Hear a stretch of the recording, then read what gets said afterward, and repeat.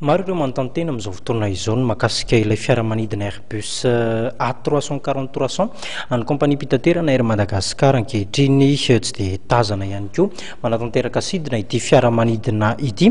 Raha ny fanazavana noentin'ny solotenan'ny kompania mpitaterana izay ary dia tapitra ny fifanaraha-piaramiasa teo anivon'ity fiaramanidina ity sy ny kompania Air France na ilay antsoina hoe contrat d'exploitation, ary ny kompania islandaise sy ny Air Atlanta indray no anatanteraka fiaramiasa vaovao.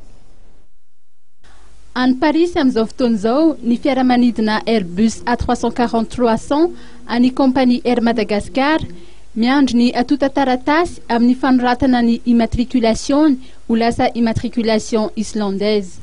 Le Airbus 340 Air Madagascar zany zao amin'izao fotoana izao dia miandry ireo atota taratasy any Paris zao amin'ny famindramana ny immatriculation amin'ny fahefanana autorité islandaise.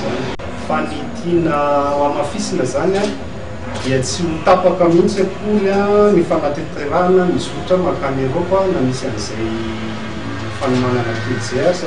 Raha ny fampatsiahivana izay noentin'ny tompon'andraikitra eo anivon'ny kompania mpitaterana nabakabaka Air Madagascar ireto dia tapitra tamin'ny 17 febroary lasa teo ny contrat d'exploitation niarahana tamin'ny kompania Air France mikasika ny sidina Frantsa Madagascar.